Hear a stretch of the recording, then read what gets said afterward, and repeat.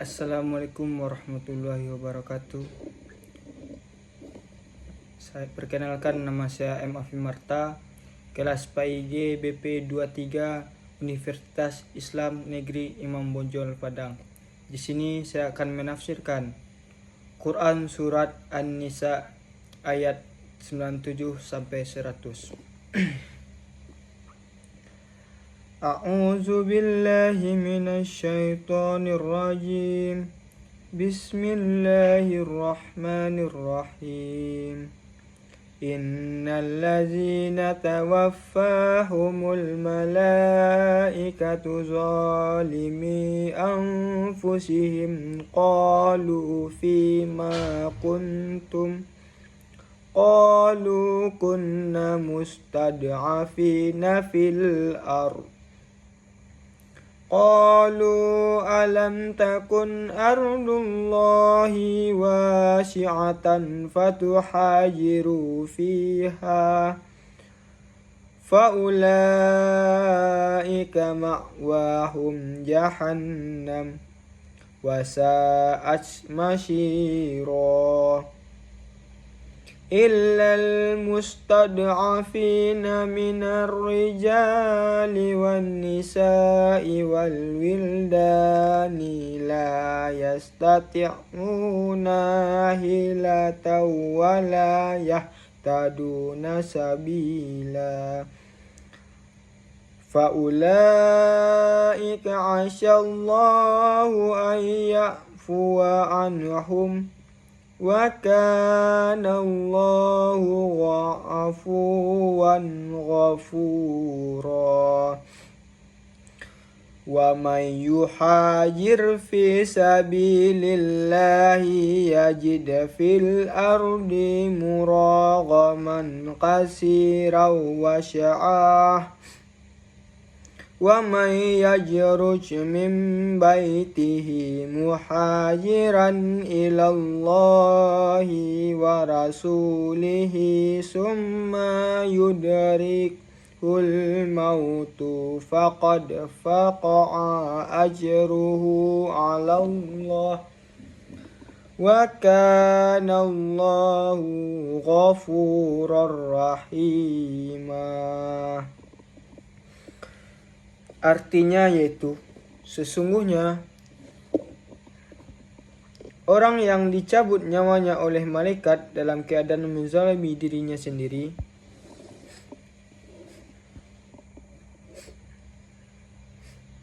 mereka, para malaikat bertanya, "Bagaimana kamu ini?" Mereka menjawab, "Kami orang-orang yang tertindas di bumi atau di Mekah."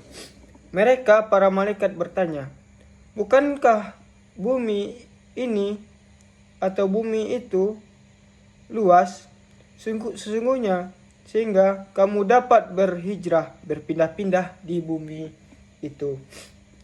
Maka orang itu ditempatkan di neraka Jahannam, dan Jahannam itu seburuk-buruk tempat kembali. Kecuali mereka yang tertindas, baik laki-laki atau perempuan, dan anak yang tidak berdaya dan tidak mengetahui jalan untuk berhijrah. Maka mereka itu mudah-mudahan Allah memaafkannya. Allah Maha Pemaaf, Maha Pengampun. Dan barang siapa berhijrah di jalan Allah, niscaya mereka akan menempatkan di bumi ini tempat hijrah yang luas dan rezeki yang banyak. Barang siapa yang keluar dari rumahnya dengan maksud berhijrah karena Allah dan Rasulnya, kemudian kematian menimpanya sebelum sampai ke tempat yang dituju, maka sungguhnya pahalanya telah ditempatkan di sisi Allah, dan Allah Maha Pengampun, Maha Penyayang. Di dalam surat An-Nisa ayat 97 sampai 100 ini dapat kita tafsirkan atau dapat kita resolusi pendidikan yang terdapat dalam Quran surat ini, yaitu yang pertama itu pentingnya hijrah dan mencari ilmu. Dalam ayat ini menekankan pentingnya melakukan hijrah baik secara fisik maupun spiritual demi mencari ilmu dan meningkatkan kualitas diri. Ini mengandung resolusi bahwa resolusi pendidikan harus mendorong peserta didik untuk berhijrah, bergerak maju dan menuntut ilmu. Yang kedua, pengembangan kemampuan dan potensi diri.